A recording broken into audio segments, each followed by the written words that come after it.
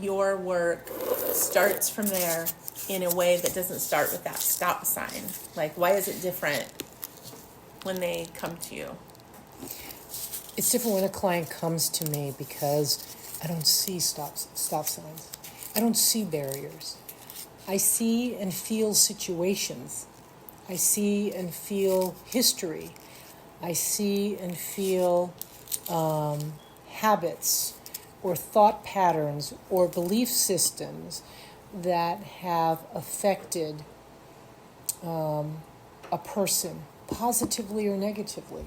And in this respect, where you have a chronic illness that goes on for a long period of time, it's negatively affected the body.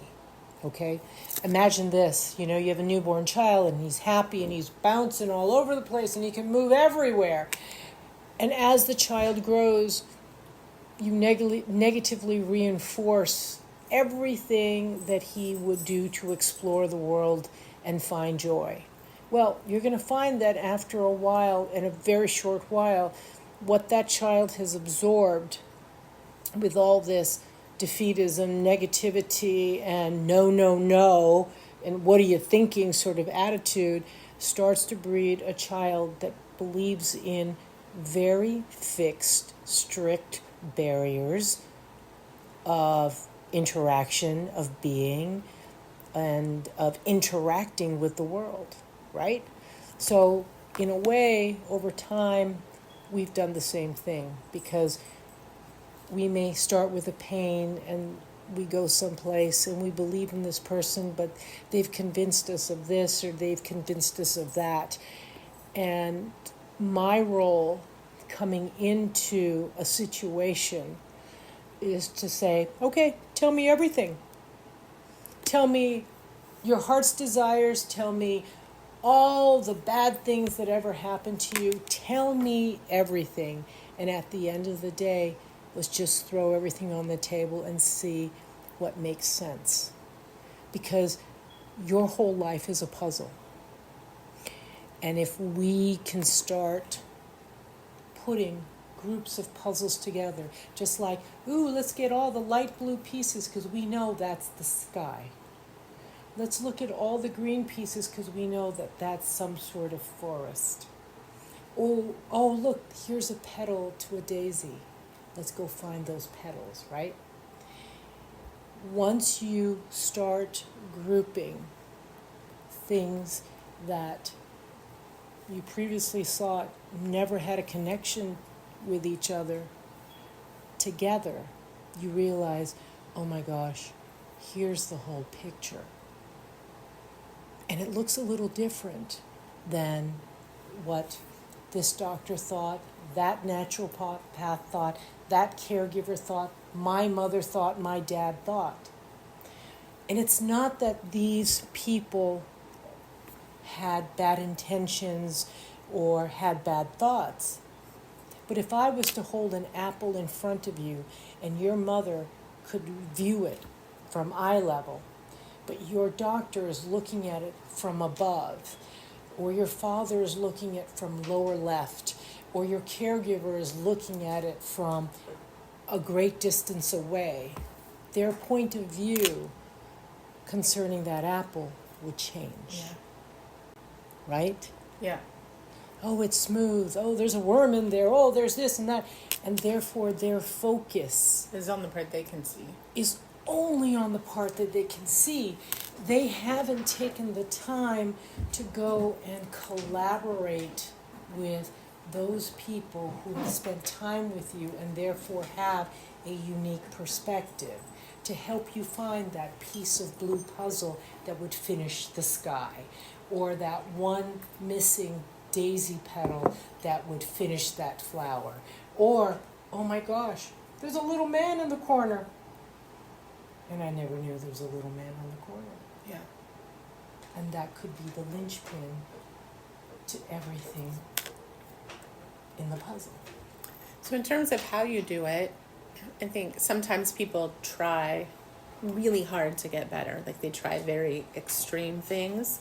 And even when they try healing therapies, like those practitioners might say like, oh, we've got to do deep tissue, you know, what kinds of techniques do you use and why, and how do you see that sort of being different? There are two modalities that I use all the time. Myofascial release, as taught by John Barnes, and cranial sacral, as taught by John Upledger. And I'm very specific with these two teachings. Why? Because there are a lot of derivatives of both modalities. The modalities that I've learned come directly from the source, okay? Just like with yogic traditions, right? Buddha started with, and then all of a sudden, you know, you had a strain of yoga coming down one way, another strain, and you were taught by the teacher of this teacher, right? Basically displaying a lineage of understanding, tradition, as well as intention and physical technique, right? As opposed to somebody going and saying, okay, this is jazz. Oh, I'm going to do jazzercise. Well, that's not quite jazz. It's exercise with jazz. That's why they call it jazzercise. Yeah. Or somebody says, oh, I do aerobic Pilates. I'm making that up, right? Aerobic Pilates.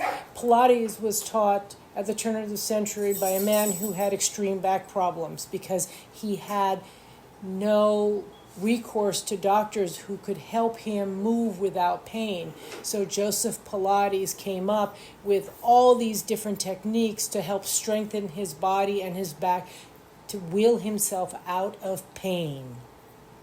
No meds. He just did it through exercise and perfect, correct technique. So then he taught two people who then taught a group of people who then taught a group of people, right? So I'm going and have been taught by people who have been trained by the founders of these two modalities. And why is that important? Because when I practice myofascial release as taught by John Ledger or cranial sacral therapy as taught by John Upledger, I scientifically get results. Yeah. I scientifically and physically know where to place my hands and what to do, how to do it, and what I'm feeling for. And so when I sit there with the clients and they're like, what are you doing down there and all that? And I said, your hip is stuck because your foot is out of alignment. Right? And they're like, oh, you're crazy, whatever. Well, I gently manipulate the foot. All of a sudden the ankle pops. I'm not making it pop. It just happens because of the release of the muscular tissue, the fascia. And then all of a sudden that transcends up. It's transmitted up the body and the hip releases. And I've done nothing except release what's happening in the foot. Because at the end of the day, where does your first movement happen? When you stand. How you walk. It affects your hip. And if you ask a golfer, where does his stroke begin? The moment he shifts his weight from one foot to the other. Okay? And so, where does your movement begin? First step out of bed. That sort of thing. So that's why. So I say to people, I go appropriately deep. Because when you hit the right spot, that is restricting your whole body, you don't have to push very hard.